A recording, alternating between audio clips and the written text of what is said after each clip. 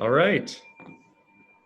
Good afternoon, and welcome to the August 14th meeting of the Rotary Club of Brentwood. I'm Keeley Hall, and I have the privilege of serving as your president this year. Yay! Let's see, Larry Faust, I believe, has our invocation this morning, followed by Tom Carr with the pledge and four-way test. Larry, are you good to go?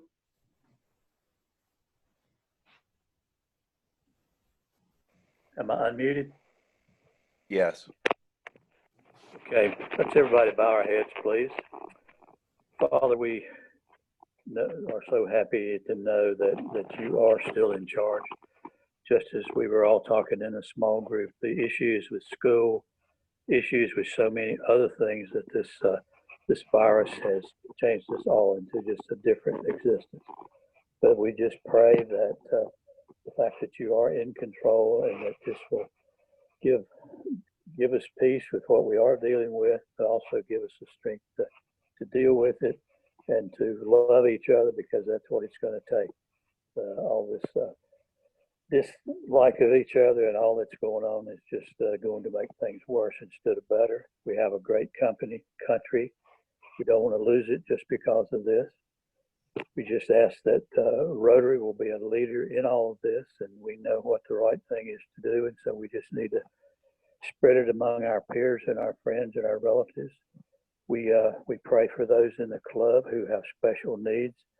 I know Virginia and John and Webby and Dottie, and I know there are others that I don't know about, but you know about them, Father. So we just lay them at your feet and just ask that you bless them in a way that only you can. We ask these prayers and petitions in your honor and in your name, in the name of Jesus. Amen. All right, folks, let's recite the Pledge of Allegiance. I pledge allegiance to the flag of the United States of America and to the republic for which it stands, one nation, under God, indivisible, with liberty and justice for all. And now let's recite the Rotary four-way test of the things that we think, say, and do. Is it the truth? Second. Is it fair to all concerned? Third. Will it build goodwill and better friendships? And fourth. Will it be beneficial? To all? Very good, thank you. We certainly hope so. All right, and now Miss Jane, I don't see any visiting Rotarians or guests other than our speaker. Do you? I do not.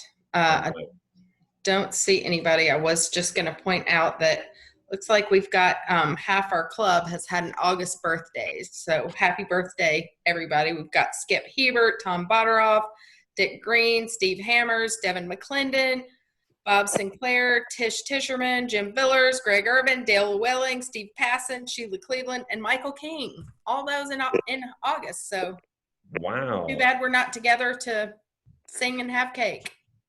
Well, at least happy birthday. That's Happy right. birthday to all. Absolutely. Thank you, Jane, for bringing our attention to that. It's awesome. Happy birthday, everybody. And speaking of happies, who has some happy bucks today that you would like to share with the club?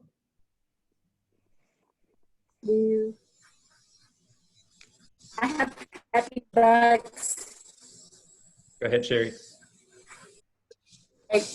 I am happy today because I got a report from my brother and sister-in-law that they are COVID-free now. They fought it for 2 weeks and they are now healthy, and just said prayers for them. So they're in Dixon, Tennessee. So I'll throw in 20 bucks for them. Awesome. Yay. She's really happy. Who else is happy today? Bob Searcy here. If we make it 4 more days, which we're settling up with a contractor today, so I'm not sure where he will make the 4 more days, but we've been married 48 years here in 4 days. Congratulations. That's awesome. That's outstanding. Who else is happy? Those are 2 tough ones to top, but we don't have to one up each other. Anybody can be happy. I'll throw in $5 for Nashville SC winning their first soccer game ever this week. Yes. And were you able to actually watch the whole game? I did, actually. Okay. I had some issues. It jumped a lot. The screen was jumping a lot. It was like a streaming feed as opposed to a television feed, but Right. I got through it. Good, good. All right. Some good happiness. What else?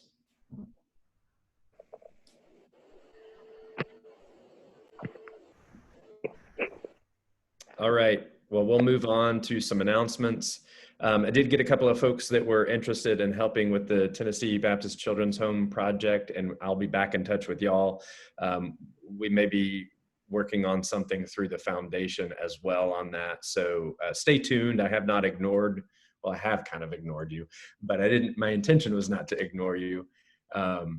We will circle back to that. And if there's somebody that would like to be involved in helping them to fill some of their shortcomings and supplies, just go ahead and send me an email this week and I'll get you added to that group as well. Larry Kane, are you on today? Did you want to share anything on the golf tournament, or if not, I will. I don't see Larry. Okay, so golf tournament update. Basically kind of same story that we've been saying for the last few weeks. Our major sponsors were good. Our golf teams and participants, players were good. We're good with all of our facilities, Brentwood Country Club hosting, all that kind of good stuff. We feel good about our healthy, staying healthy and safe with golf being outdoors and relatively socially distant. So everything is good on the golf tournament with one exception, and that is that we are definitely trailing with our hole sponsorships. So if everybody would get out and see if you could round up a couple of hole sponsors. Again, we have a list of those from last year that sponsored us that haven't participated yet this year. Get with your team leader on some of those folks that are, again, not participating from last year. And then also, of course, there's always potential for new hole sponsors.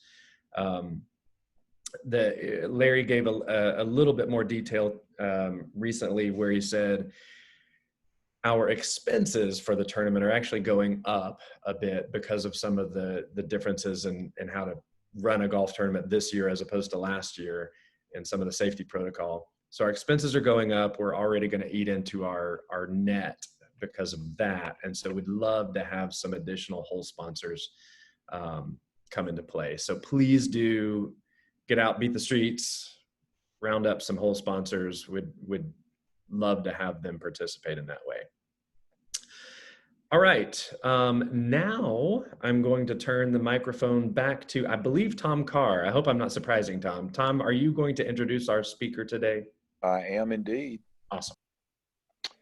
So it's my honor to introduce our speaker for today. Amy Saffell is the Executive Director of Able Youth, where she helps kids who use wheelchairs have a lot more fun with them. And she does all kinds of work with them.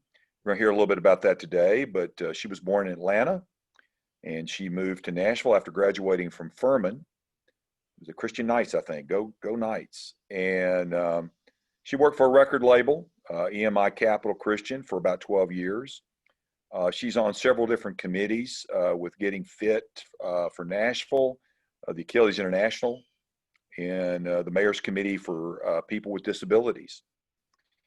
She's completed 12 half marathons, which is more than 11 that I would try. So, but she's here to talk with us today. Without further ado, Miss Amy Saffell.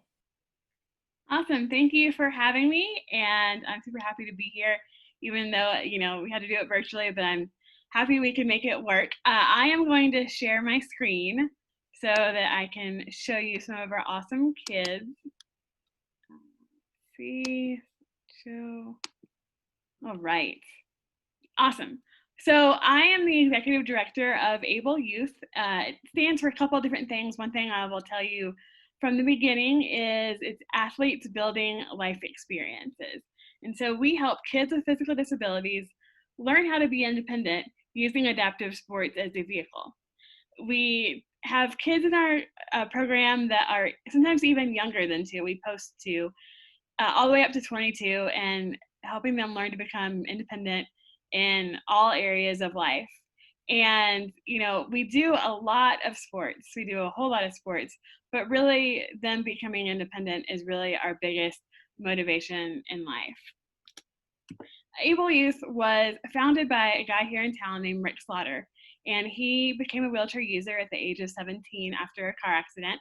And sports was really instrumental in both his mental and physical health, learning to live life as a wheelchair user.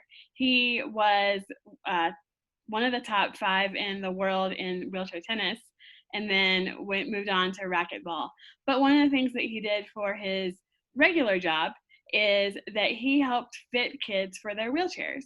And so he, would ask them, being personable, just saying, well, what do you like to do for fun? And the kids would always say, well, I really like to go to my brother's baseball game or my sister's soccer game. And he would say, well, that's what they do for fun. What do you do for fun? And the kids wouldn't have any answers because there really wasn't any programs at that time that were catered towards kids with physical disabilities. And so he decided that he would change that.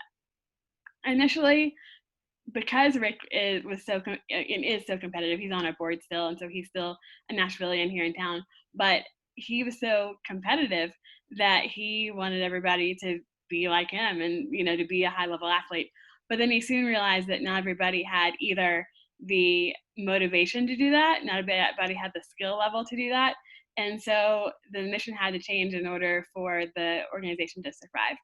And one thing that Rick says is that, hitting 3-pointers are nice, but the kids growing into happy, healthy, and successful and spiritual, independent young men and women are the real winners in my book. So that's really when the mission changed. Let's see. Trying to move on. Well, okay, here we go. All right. So the other thing that ABLE stands for is adapt, believe, love, and enjoy.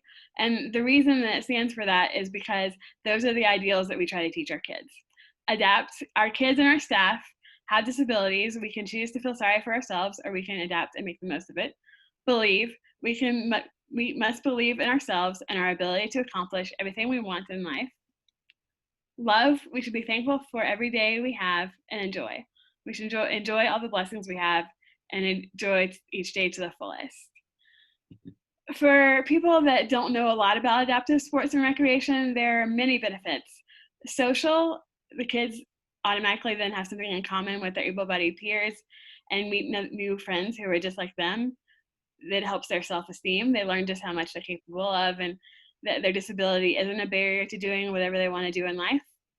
An increased desire to excel, as they learn that much more is possible for them that they really never thought. They take that motivation to succeed in other areas of life. And an increased understanding of society. It's about more than sports. Not only do kids learn that they're capable for themselves, but they also take that out into society. And so when they're doing, a 5K, or when they're at school and they're doing something that they couldn't do even a few weeks ago, society sees them and begins to understand that if they're capable in sports, they're capable in all areas of life, in school and independence and careers and all kinds of things. Able Youth has a lot of success stories. We touch by this time about around 300 children with disabilities and their families and their lives. Our participants go on to attend college and enter the workforce. Several athletes have and are now playing wheelchair basketball at the collegiate and international level. Some people don't realize that there are a bunch of different colleges around that have wheelchair basketball and other sports too. Our kids seem to have gravitated towards wheelchair basketball in college, but all of the sports are being played at the collegiate level. A lot of SEC schools actually have it now and are developing more, so that's definitely an option. And then a lot of our former students that are now our alumni come back and volunteer. So I want to talk a little bit about our programs. Super Sports Saturday is our biggest monthly program, and it meets at the Williamson County Rec Center. And it's a chance for our kids to try out different sports and independent skills. They work on their wheelchair skills while they do relays and obstacle courses. They do things that, you know, they don't even really know what they're learning. But we also do sports like wheelchair basketball, or sports like rugby or tennis, or all kinds of other things.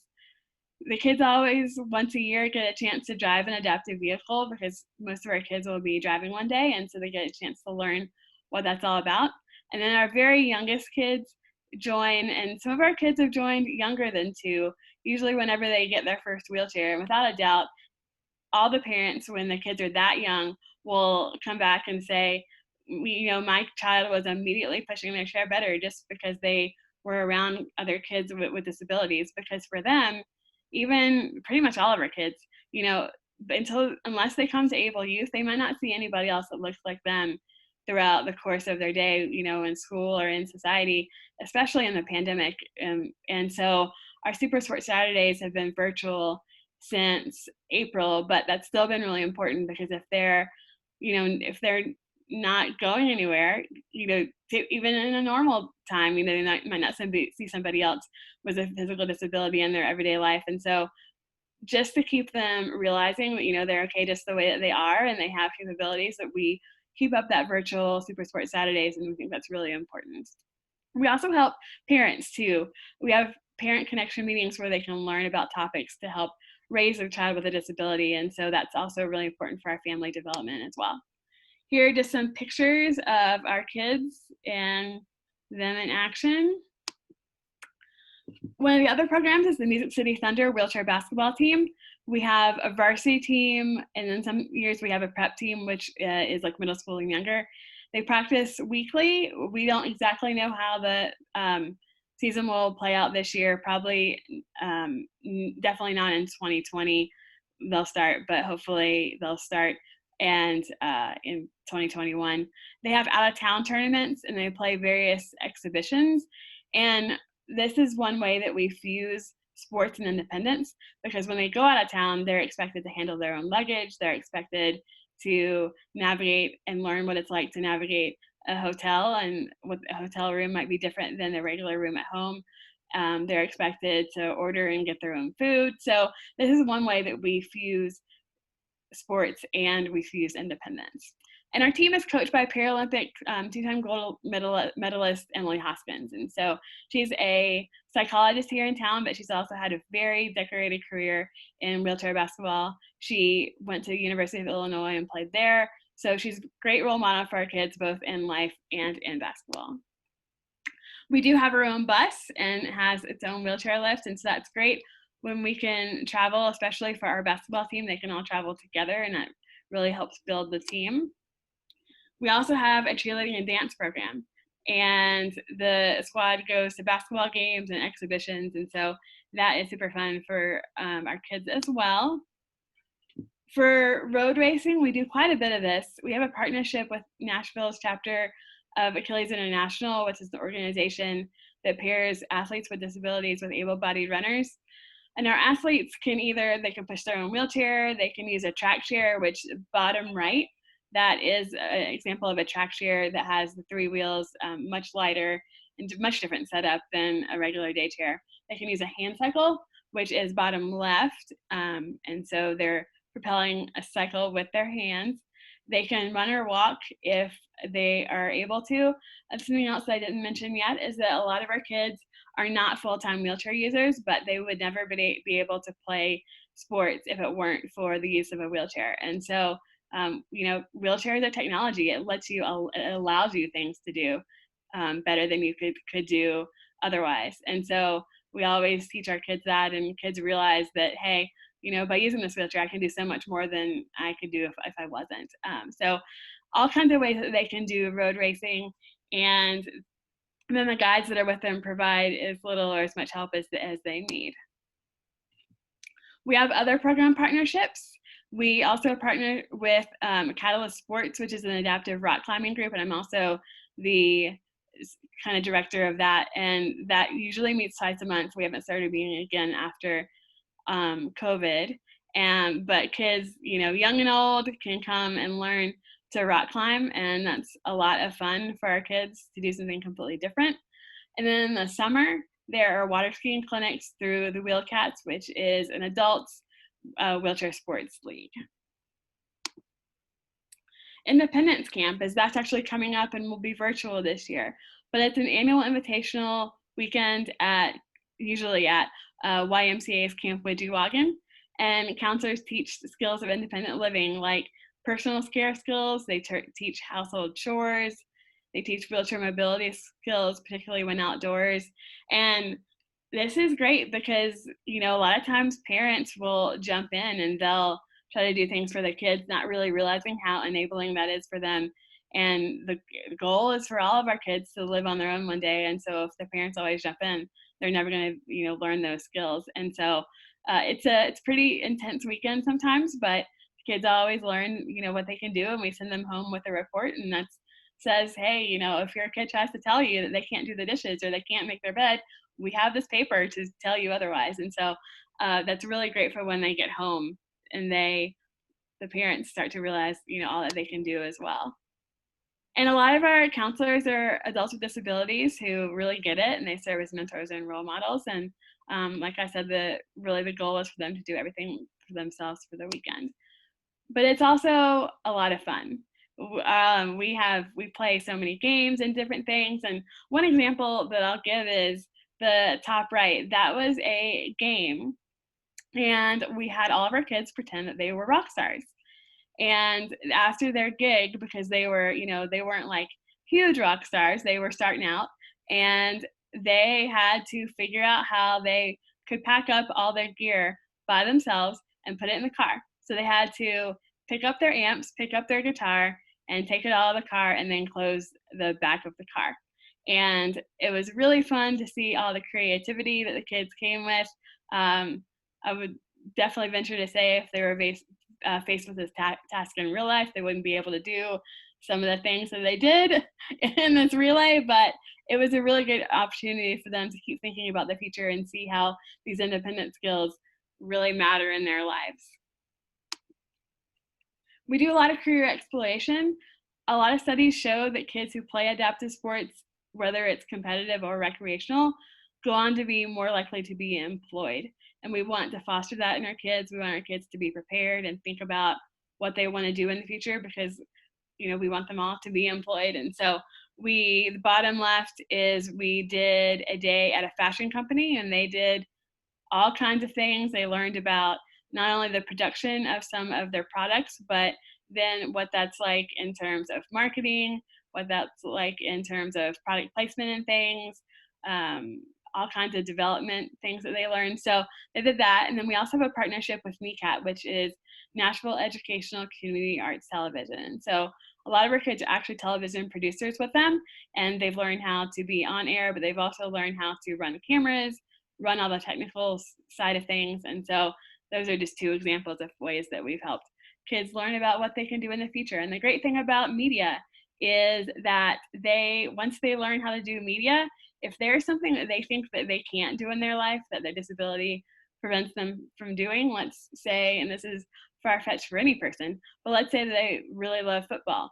Well, how many things can they do in media and football? So they really learn, especially in media, and if they choose that route, they really don't have to ever give up on any dream that they have, because there's always some way that they can participate in some job that they can do really in any type of career field.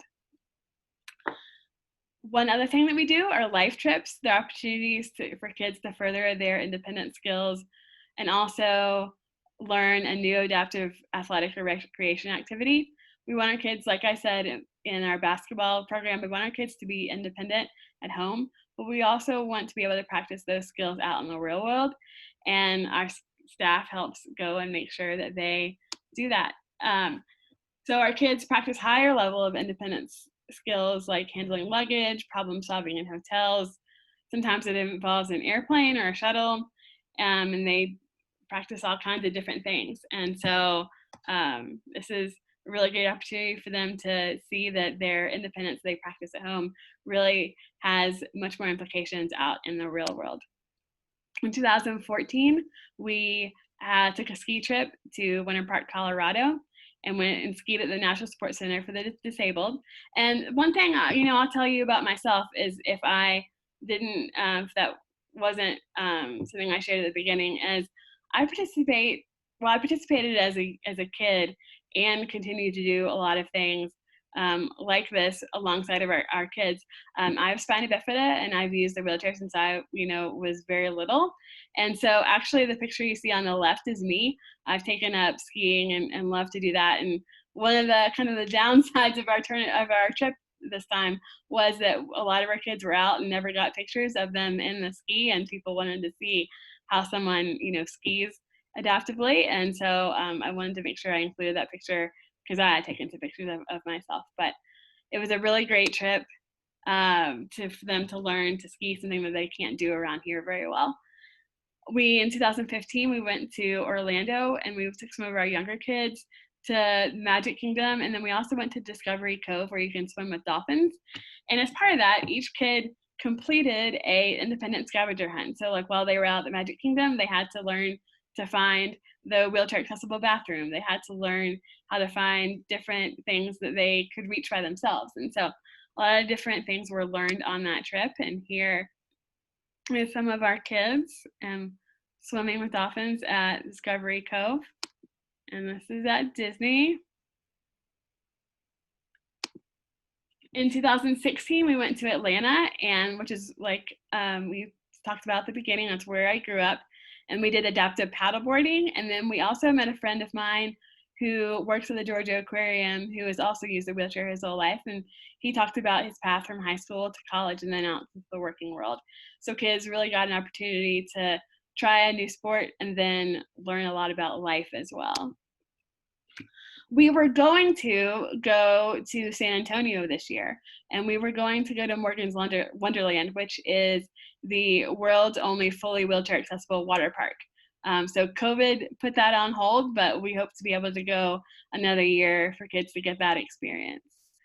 There's a lot of great feedback we get on the trips. We often will send a questionnaire, and one of the students went on the ski trip, said one of the things that he learned was not everything is accessible, but you have to figure out how to make it work. And then that same kid's father said, when I watched the video of Daniel skiing, I cried my eyes out. For him to have this opportunity meant the world to us. He wasn't scared to ski, and if you know Daniel, he's scared of trying new things, but he took right off and had a blast. This trip was also good because the other boys encouraged him to do more for himself and stop relying on me for everything. It also made me more aware of how much I do for him and need to stop, so it's good for both of us. And that's one thing that's great about our program in general, but especially these life trips, is kids learn from one another. A lot of times their parents, they don't have disabilities, and so they don't necessarily know how to teach them the way that they might know how to teach their able-bodied child. And so these trips are great because everybody kind of learns from one another. And so that's one of the great other parts about Able Youth. We've also started going on athletic competitions, and they're kind of Paralympic style meets, and they usually are out of state. So we've been to several different ones. We were also going to go to that this year, back to Turnstone, which is in Indiana, but COVID kind of changed that again this year. But some of the things that they do at those meets are track and field, archery, swimming, powerlifting, air rifle, sitting volleyball, 3-on-3 wheelchair basketball. They kind of all have their own grouping of things that they do. And our goal really is just to allow our kids to explore different sports, especially these individual sports. Sometimes kids learn that they're really great at individual sports rather than team sports. And we want to experience their competitions to do their best. We don't necessarily need for them to all come home with gold medals, although a lot of times they do very well. And we also want them to be able to meet other adaptive student athletes like them. So here is some of the things. Top right, something a lot of people have never seen, but when you do any kind of javelin, discus, or shot put, you sit in a throwing chair. And so Devin is doing discus and sitting in that throwing chair, and then he'll launch it off from that point. And this is more of our kids, more examples of the throwing chair. And then the kids that do really well in that go on to junior nationals. They can qualify for that and then represent our state in doing that. And so we had 2 of our kids that have gone through that a couple times and represented our state. And oops. All right. So one last thing I wanted to say is that Able Youth provides our programming and our equipment free of charge to kids. A lot of our kids, do battle and their families battle medical costs, and they would never be able to afford the equipment that we can provide. As just one example, wheelchair basketball wheelchairs are roughly $2,500, and so they wouldn't be able to play it without them. Those throwing chairs are about $1,000, and so there's just a lot of costs that add on to these, much less being able to travel, because there's not other kids with disabilities, really other teams in this area. They pretty much always have to go out of state, where other kids can go play in the rec leagues or they can play for their school, and that's just not really possible for our kids. And so we want them to have these opportunities, and so that really takes a lot of fundraising. The other thing to know is that a lot of people don't realize that our kids are pretty much not eligible for Special Olympics. Special Olympics is for kids with intellectual disabilities, and mostly our kids only have physical disabilities. So truly, if they're not playing with us, they're not really involved in any kind of adaptive sport or recreation. So we're really happy to be able to do that. I personally love being able to take what I've learned both in adaptive sports and recreation, and also in independence. And I see myself in so many of those kids, from when I was their age, and the things that I didn't really know that I could do and learn through participation in these types of programs that I participated in back when I lived in Atlanta. And so I'm really glad to be able to be a part of that and to teach these kids, all that they can do. Just to let you know, so like I said, we don't get any federal grants or anything like that. We do get some private grants, but we're pretty much all founded or all operating on the donations and the generosity of other people. The Wilba Classic Golf Tournament is coming up October 2nd, and that will be typically our biggest fundraiser of the year. And then you have my contact information down there. So I would love to take, if there are any questions, I would love to answer any of them. Let me get back to just me. Okay, there you go. Are there any questions anybody has on any of things I talked about? We do have a few. Amy, are you a 501c3 nonprofit is one question. Yeah. Yes, we are. Okay. And another is, how many kids go to a typical summer camp session? It just kind of depends. Actually, Independence Camp, we decided we would have it in the fall. We've been doing that for a few years now because it just was too hot. We were doing a lot of outdoor activities, and that was too hot. And so we usually take, because of the amount of beds that are in the cabin that we use, we can only take, I think, up to 15, but we usually keep it around a dozen. And that's only for kids that are age 10 and up and kind of are ready for that more intense experience. And then we do invite other kids to come, like on a Saturday for the day and not spend the night. So it incorporates a lot of different types of kids, but we serve about 40 to 50 kids per year, but there might be a dozen that come at a time, and then a different dozen or a partial different dozen come the next time. Sure, yeah. Let's see. Tom says you had a picture of someone doing archery earlier, but have you ever considered any marksmanship programs other than archery?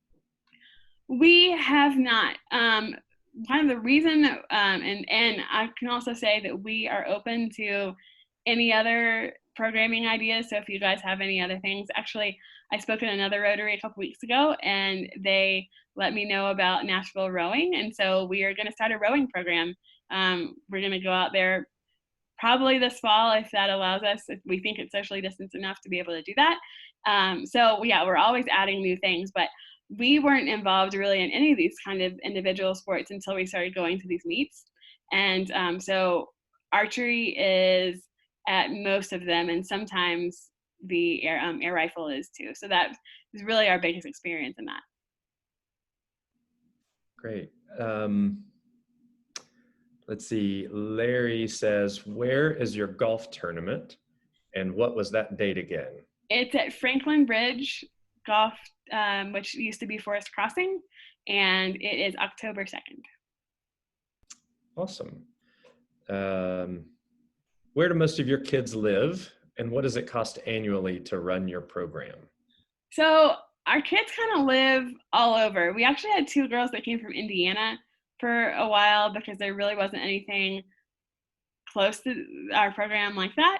And so right now, I think all of our kids live in the state, and they're all kind of Middle Tennessee. We do have some that come from Clarksville, kind of all over. A lot of our programs, we kind of do it based on whoever allows us space because we don't have our own building.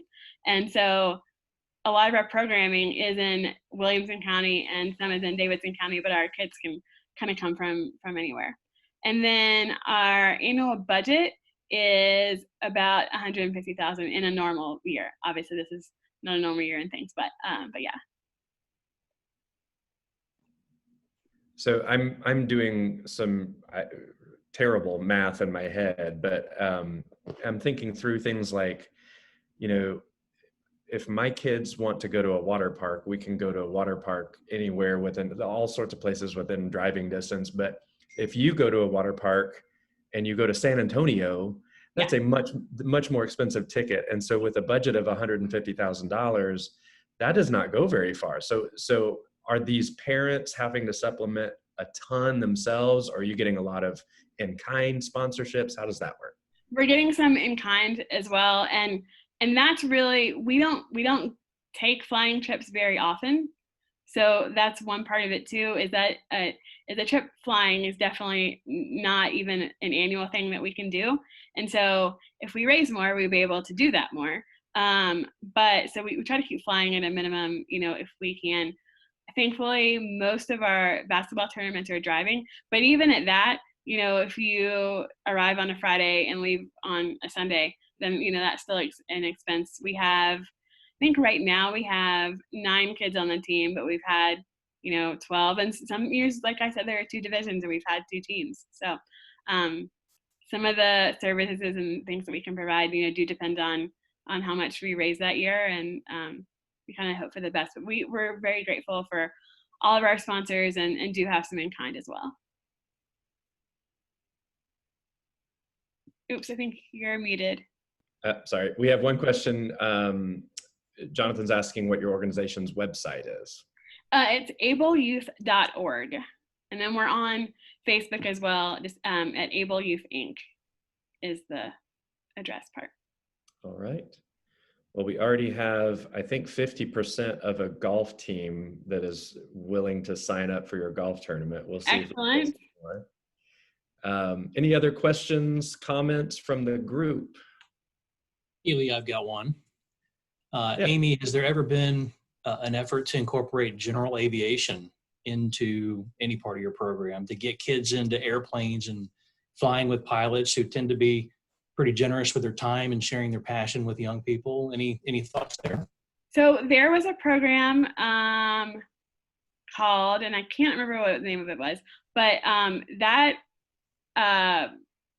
don't know what happened to it, but I think that was like a national or regional program. And I've been executive director for 4 years, and that was gone before my time. And so I've heard about it. I've heard that there was, and I think it was only like a one-day thing. Challenge Air is what it was called. And yeah, and so that was something that we did, and I think as part of that the kids got to learn a little bit about it, but we haven't done anything since then. Yeah, I know there's a lot of pilots that will take kids up on discovery flights, you know, gratis. Just getting young people interested in aviation, and I'm sure there's a lot that would love to do it, trying to work with people with you know, physical disabilities who otherwise might not have those opportunities. So that's great. I'd like to talk to you more about that. Yeah, that would be great. I recently posted something on our Facebook page about a young woman with a disability who you know, flew a plane and was doing all that too. So I think that would be a great tie-in. Was it Jessica Cox? I think without so. arms? Yeah, she was born without arms, and she's the world's first armless pilot. Yeah, I know there's a few out there, but not here in Nashville. So we'd love to have, you know, Awesome. aviators here. Yeah. Great. We have time for maybe one or two more if anybody has a question that's burning. Jason Cook says, nice Facebook page for this charity. Perfect. Anyone else? All right. Well, thank you, Amy, so much for speaking with us today and sharing your passion and sharing this incredibly cool cause and organization. We're very thankful that you do what you do and that you were willing to share some of that with us today. Thank you. Any other announcements or comments from the group Rotary related? I did not give a chance for announcements earlier. Any other announcements that I may have missed? Okay. All right. Remember, we do have a board of directors meeting on Tuesday coming up next week. Directors, if you have not had a chance to get your reports in for this month, please do so over the next 24 hours or so. And if there is nothing else for the good of Rotary, I charge you all to be safe, stay healthy, and keep serving. You are adjourned.